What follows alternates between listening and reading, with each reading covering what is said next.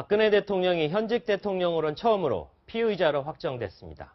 오늘 나온 최순실, 안종범, 정호성 씨에 대한 범죄 사실은 사실상 대통령에 대한 공소장이라는 평가가 나옵니다. 정치부 김승연 차장, 사회부 배일임 법조팀장 나와 있습니다. 네, 어서 오세요. 네, 안녕하세요. 자, 배 팀장, 공소장을 통해 새롭게 밝혀진 사실을 먼저 좀 알아봐야 될 것 같은데요. 자, 미르와 K스포츠재단이 하루 만에 설립된 이유가 석연치 않았었는데 오늘 공소장을 통해서 명명백백하게 밝혀졌다죠? 네, 일단 미르재단이 설립된 건 지난해 10월 27일입니다. 그런데 10월 26일과 27일에 일어난 일들을 좀 주목해야 할 것 같습니다. 네네. 바로 문체부 관계자가 서울까지 뛰어 올라와서 이 네. 서류를 가지고 내려가 다음 날 아침 9시쯤 이 서류를 접수시키면서 하루 만에 무슨 일이 있었던 거냐라는 문제 제기가 있었죠. 이 조윤선 장관이 지난 9월 27일 교문위 국정감사에서 네. 이 재단 설립이 하루 만에 이루어진 것이 석연치 않다 이런 지적을 했더니 네. 이 머뭇머뭇거린 적이 있었습니다. 그 영상 직접 먼저 보시겠습니다. 그날 전경련이 서울 사무소에서 오후 5시에 접수한 날입니다. 근데 보통은 세종시 본청으로 가져가는데 왜 서울시 사무소에서 받았나요? 그 직원이 서울에 출장을 올 기회에 서류를 전달받았다고. 담당 주무관은 출장 중이었기 때문에 서울에서 받았다. 자, 그러면 희한한 주무관이 전혀 기억을 못해요. 탑승 시각이 12시 34분입니다. 오전에 회의 안 했어요. 이해가 안 가는 거 아니겠습니까? 네, 그런데 검찰이 수사를 해본 결과 무슨 일이 있었던 건지 드러나게 된 건데요. 네. 일단 안종범 전 수석은 문체부 관계자에게 지난해 10월 27일 설립하라 이렇게 지시를 했는데 그 그렇죠. 이유가 드러났습니다. 바로 네. 이 중국 리커창 총리가 지난해 10월 31일 방한을 네. 했는데 그 전에 미르재단을 반드시 만들어야 한다 이런 판단을 했다는 한중 겁니다. 관계에서 뭔가 중요한 뭐가 있었다 그런 얘기겠군요. 그런데 알고 보니 네. 최순실 씨의 얘기가 나오는 건데요. 아하. 최순실 씨가 그 전에 이미 리커창 총리가 방한을 하면 네. 이 한중 간에 문화재단이 양해각서를 체결해야 되는데 그를 위해서 미르재단을 빨리 만들어야 된다. 이런 아하. 의견을 냈고 최순실 씨가 한중 관계까지 좌지우지했다 뭐 이런 얘기까지 가능할 수도 있겠습니다. 네, 그렇습니다. 그렇게 해석이 되는 대목인데 그리고 나서 박 대통령이 이를 실행한 것으로 보입니다. 네. 이 때문에 10월 27일에 설립을 마친다는 계획이었는데 이 약간 문제가 생깁니다. 네. 바로 전날이죠. 26일 발기인으로 참여한 기업이 19개였는데 아하. 이곳에서 딱 한 곳 SK 하이닉스가 정관의 문제를 삼으면서 네. 회의록에 날인을 하지 못하겠다 이렇게 심각한 나온 문제가 겁니다. 생겼군요. 네. 그렇게 되면서 이 다급해진 정경련 측이 네. 문체부에 법인 설립 허가 신청 서류를 이 서울에서 접수할 수 있게 아하. 보내달라 직원을. 아. 네. 그래서 직원이 서울로 달려왔고 KTX를 타고 내려가서 바로 문제의 서류를 접수하게 된 아하, 겁니다. 네. 그럼 급행 열차를 타고 뭐 뭔가를 이뤄냈던 그런 얘기로 보이는데요. 자, 네. 리커창 총리가 방한했다는 그 사실을 최순실 씨가 미리 알고 사전에 조율했다. 뭐 이런 느낌이 오는데 맞습니까? 이 사안에서 두 가지가 좀 눈에 띄는데요. 네. 이 최순실 씨는 특별한 직업도 가진 적이 없고 공직도 해본 적이 없는데 연설문을 봤다. 그래서 많은 사람들이 의아했었죠. 의아하죠. 예. 네. 미르라는 재단을 빨리 만들고 싶은데 어떻게 하면 좋을까? 네. 재벌한테 얘기했더니 잘 안 됐다 이거죠. 그래서 네. 아이디어를 낸 것이 작년 9월에 대통령이 베이징 갑니다. 이제 그렇죠. 천안문 광장에서 중국의 전승절 기념 행사. 그 유명한 막루 외교를 한 그렇죠. 그거 거기에 간 건데 거기서 착안을 해서 그러면 비슷한 재단을 한국에서 만들어서 한중 간에 MOU를 체결하자. 그렇다면 거기에 일정에 따라서 대기업들이 돈을 빨리 낼 것이다. 아이디어를 냈다는 겁니다. 그래서 네. 이런 아이디어를 어떻게 최순실 씨 혼자 낼 수 있을까 해서 저는 아마 추가로 어떻게 수사가 될지 모르겠지만 무언가 같이 고민하는 팀이 있지 않나 하는 의구심을 갖게 하는 것이 잠깐만요. 한 가지고요. 최순실 씨 뒤에 뭔가 조직적으로 움직이는 팀이 있다. 이런 말씀하신 겁니다, 지금. 그 가능성이 자꾸 떠오르게 되는 거죠. 그렇지 네. 않고서야 네. 한중 관계 그리고 리커창 총리의 방한 문제 등 네. 상호 한중 간 재단 MOU를 어떻게 최순실 씨가 생각했을까 싶은 그렇죠. 것 때문에 그런 의구심이 하나 들고요. 네. 또 다른 문제 하나는 사실은 이제 작년 9월 대통령이 베이징 망루에 가서 중국 전승절 70주년을 축하했습니다. 그때 네. 한미동맹이라는 관점에서 우리가 너무 중국에 기울기 때문에 가서는 안 된다는 목소리가 굉장히 많았거든요. 그렇죠. 네. 그럼에도 그래야 불구하고 많았죠. 네. 대통령은 중국행을 강행했습니다. 네. 그 답방으로 온 것이 리커창의 10월 말 방안인데 네. 이렇게 한미동맹이란 국익을 좀 훼손해서라도 한중관계 개선을 위해 갔던 이 모험적 외교 과정에 네. 결국 최순실 씨의 또 또 대통령의 재단과 돈 문제가 얽혔다는 거 굉장히 뒷맛이 씁쓸합니다. 네. 그렇군요. 네. 이뿐만이 아니죠. 두 분께 여쭈겠는데 그 채널A가 단독 보도해 드린 대로 장차관 인사 그리고 국정원 인사까지도 최 씨가 미리 받아봤다. 네. 구체적으로 이게 얼마만큼의 심각한 문제인 거죠? 글쎄 이거는 저 과거에 청와대 수석을 지냈던 분들에게 제가 직접 들은 건데 예. 네. 어느 정부나 비선, 황태자 그런 게 있습니다. 그 노태우 대통령 때 박철원, 금준호 그렇죠. 이런 분들부터 쭉 있어 왔는데 있죠. 네. 네. 그분들 얘기가 이 비선 실세의 특징은 인사를 미리 안다는 겁니다. 아하. 당연히 대통령과 상의가 되기 때문에 그렇죠. 그렇겠죠. 인사를 혼자 할 수는 없으니까요. 네. 그렇죠. 그러면 뭐 상의를 했건 자기가 누군가를 집어 넣었건 또 관계없이 또 먼저 알게 된다면 이걸 활용한다는 거죠. 전화를 먼저 거는 겁니다. 네.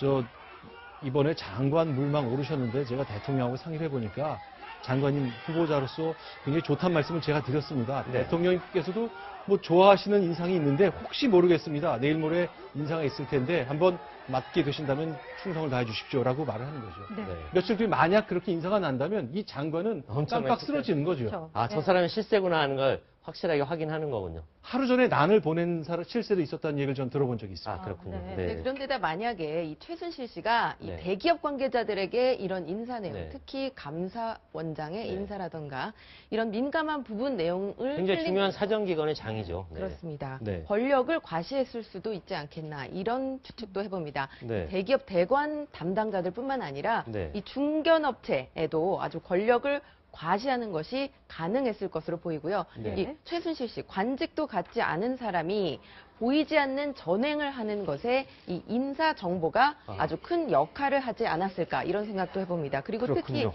그 삼성이 정유라 씨에게 말을 지원할 때 네. 이런 과정에도 이런 정보들이 오고 갔을 수 있을 것 같습니다. 그러니까 저희들이 알았던 것보다 뭔가 심각하게 그 권력 농단 행위가 검찰의 공소장을 통해 드러났다는 느낌이 드는데요. 네. 자, 하지만 오늘 검찰의 공소장은 사실상 대통령에 대한 공소장이다. 이런 평가가 나온다고 하는데 왜 그렇습니까? 네, 일단 공소장을 받아본 결과 네. 이제 그 이전까지는 수사 결과를 발표했을 때 시점까지만 해도 박 대통령이 공모를 했다 이렇게 생각이 들었었는데 예. 공소장을 보니 이거는 대통령의 바로 몸통인 아하. 그런 범죄 혐의다 이렇게 판단이 되는데요. 네. 오늘 이영렬 특별수사본부장이 직접 수사 결과를 발표한 것도 네. 이 대통령의 범죄 혐의가 결코 가볍지 않다. 가볍지 않다. 그런 판단에 따른 것으로 보이고요. 11곳 중에 9곳에 공모 행위를 했다. 그러면 몸통일 수도 있다. 이런 얘기를 하고 싶습니다. 네, 그렇습니다. 이 이후에 이 노승관 1차 장검사가 비공개 브리핑을 했는데 네. 이 박 대통령이 공소장에 공범으로 적시돼 있다. 네. 그리고 피의자로 정식 입건돼 있다. 이런 사실을 확인했습니다. 네. 그런데 말씀드린 대로 공소장을 봤더니 이 박 대통령이 국정농단으로 구속된 3명의 범죄의 공범 수준이 아니라 아하. 모든 것을 기획하고 네. 지시한 것으로 드러났다는 겁니다. 아하. 이 수사팀 관계자는 아주 섬뜩했다. 이렇게 말하기도 했습니다. 네. 네. 섬뜩하다는 이 얘기 국민들도 할 것 같은데 궁금한 건 이겁니다. 탄핵 사유가 될 수 있습니까? 오늘 공소장 내용만으로도.